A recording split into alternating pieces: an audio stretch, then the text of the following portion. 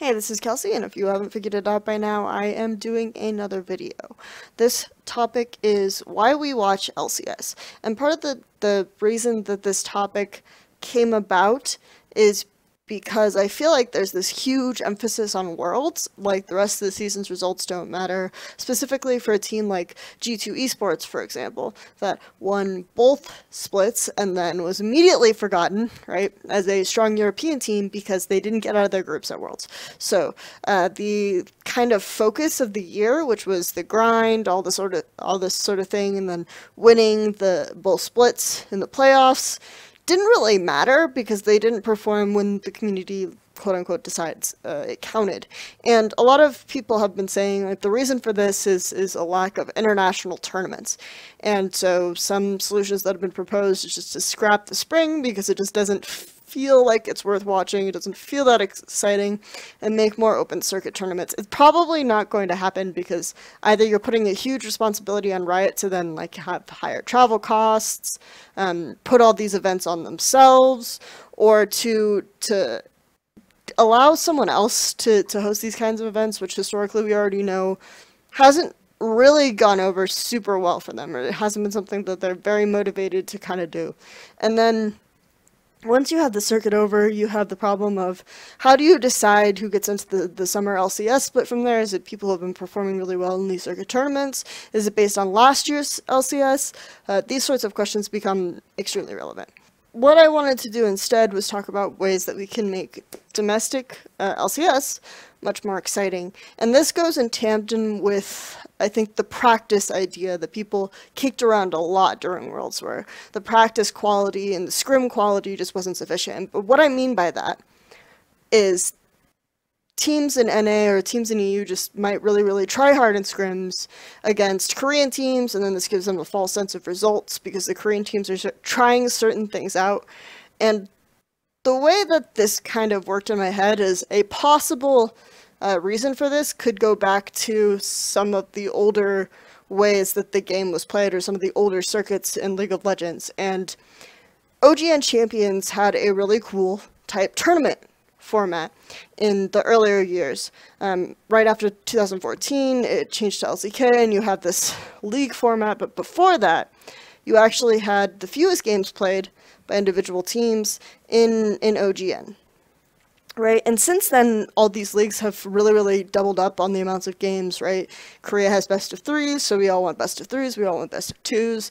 We want the league to have more games, so there's more opportunity for players to play on stage, for players to play against each other, to do all these things, and it's really exhausting, I think, and so the quality of practice that people are getting from on-stage games it's much more like, okay, these are becoming our scrims, scrims are becoming even less valuable. It's just like a sense of exhaustion, almost, and the standard game you tune into, you don't want to watch.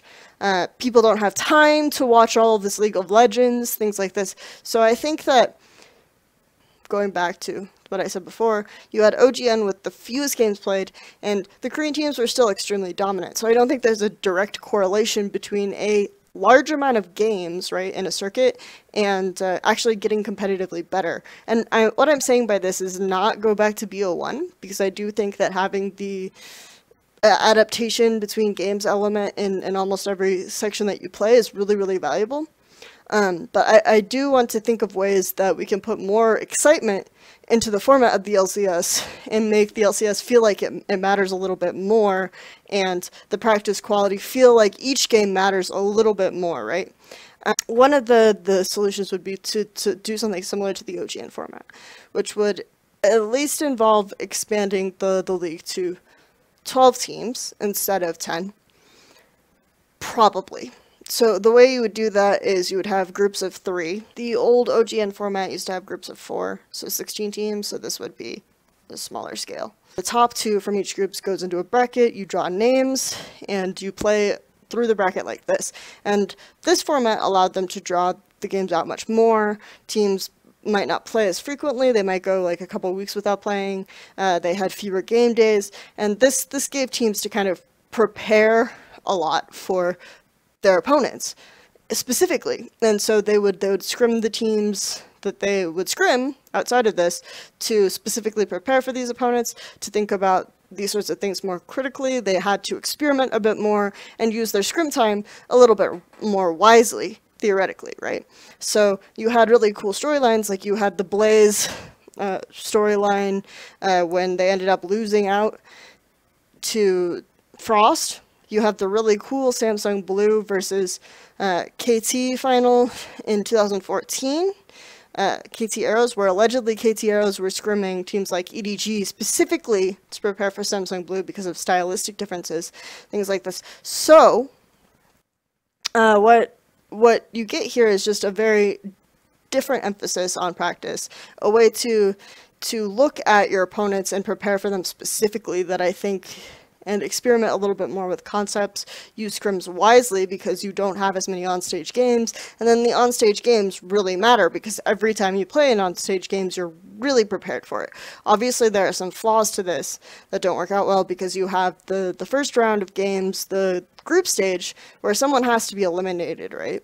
You have at least one of each team eliminated. And the way that it used to work in OGN is you go into NLB, and you'd play with some of, I guess, what would now be called challenger teams in another bracket format.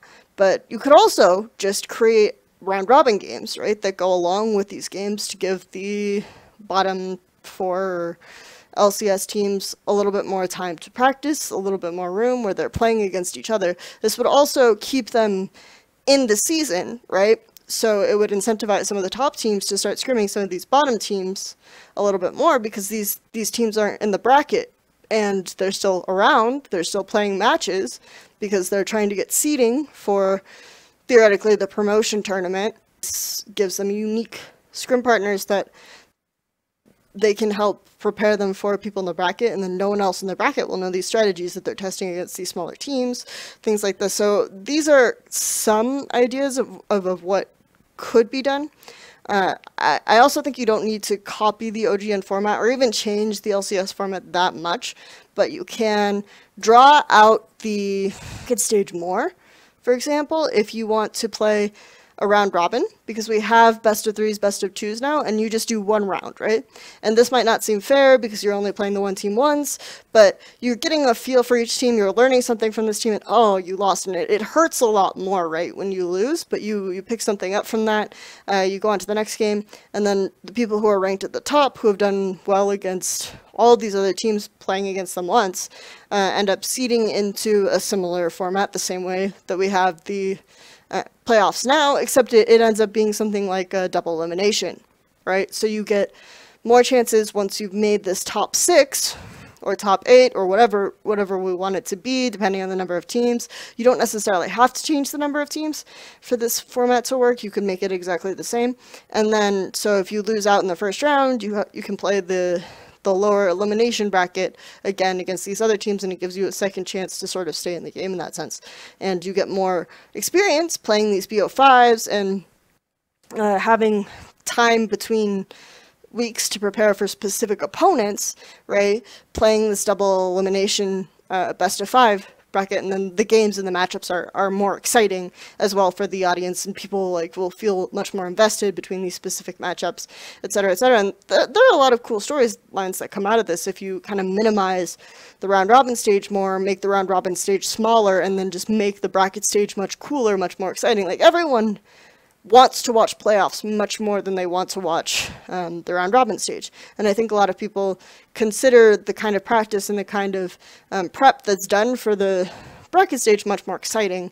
I think immediately going to international tournaments doesn't necessarily make the LCS, doesn't necessarily have to be the only solution. You can make the LCS more exciting by changing the format a little bit and giving more room to breathe between sets. You can still have the rigor of the best of in the regular season if you just have fewer matchups, or if you have break it down into congresses, kind of like the LPL. I like the LPL format. There are a lot of complaints about it because obviously you're going to have some groups look more stacked than others frequently, but I think it's really cool. It's a nice way to limit the amount of games that you're playing against each other, make the season seem less long, less tiresome, less about just grinding through matches that you're not necessarily even specifically preparing for, right?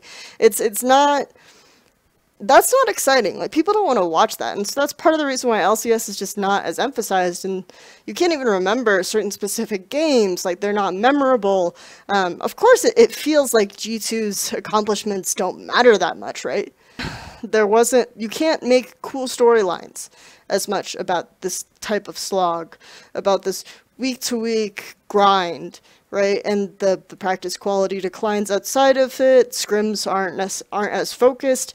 So I feel like if you just change the format of the LCS a little bit and level it up, of course, I don't actually think this will ever happen. Riot wants it to be very league-like, wants it to very much match this sort of sports feel, I think, a little bit more. So they're going to be happy with games. They want it to be like, oh, fans can choose the games they want to watch, right? You don't have to watch every single game. You're not committed to this tournament format. But I feel like there are ways and tweaks that can be made to the LCS that make each LCS game feel more impactful. And you can still have protections for the lower level teams, ways to make the lower level teams play. Puts into separate formats, like when you finally get to the round robin stage, right? You also have a pseudo small LCS league going on for the lower level teams where they can practice the part of that they actually failed at, which was the round robin, right? And then they can get better at the round robin, and then they play the round robin, maybe theoretically the next split, because they've had extra round robin practice and they do really well and they know how to make the round robin count and how to get the round robin practice in, and then they start preparing for the bracket stage, and then they level up to the bracket stage, and it's just about making individual games and making individual matchups matter more for the top side, so that, for one thing, people know how to do that when they get to international competition, and they can kind of cushion the blow and the nerve factor of Worlds a little bit more. And then also people can think about scrims in more creative and more useful ways if they have to prepare for specific opponents and they know who those opponents are going to be. And then it just makes the matches more exciting for fans. There's more incentive to tune in for even the round robin stages if each round robin set matters more. And I don't know, I feel like there are things that can be changed without just saying, okay, scrap the LCS and make an open circuit. Things that can make LCS more exciting and more fun to watch, so that when G2 wins the split, right, it's really, really memorable. It's really exciting. Like, each game, each set that they play to get there feels a lot more important.